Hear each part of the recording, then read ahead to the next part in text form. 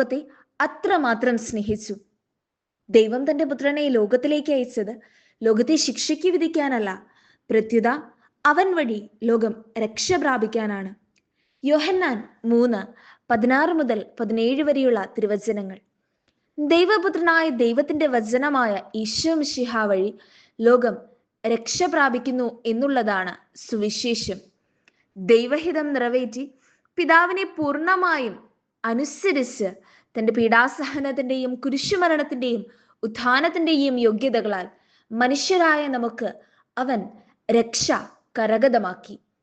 ആ രക്ഷകനായ മിശിഹ ഈ ഭൂമിയിൽ മനുഷ്യനായി വന്നു പിറന്നതിന്റെ ഓർമ്മയായി നാം ക്രിസ്മസിനൊരുങ്ങുന്നു.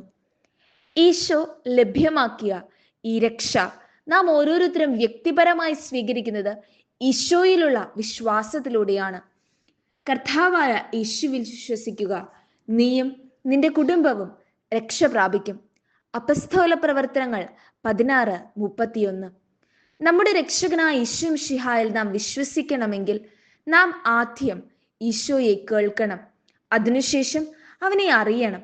അതിനായി നമുക്കായിട്ട് ഒരുക്കപ്പെട്ടവരാണ് സുവിശേഷ പ്രഘോഷകർ.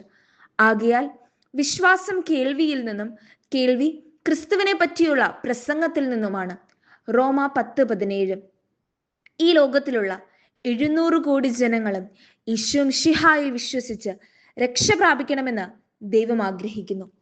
അതിനാൽ ഒരു ജപമാല ചൊല്ലി നമുക്കിന്ന് സുവിശേഷ പ്രഘോഷകരെ സമർപ്പിച്ച് പ്രാർത്ഥിക്കാം.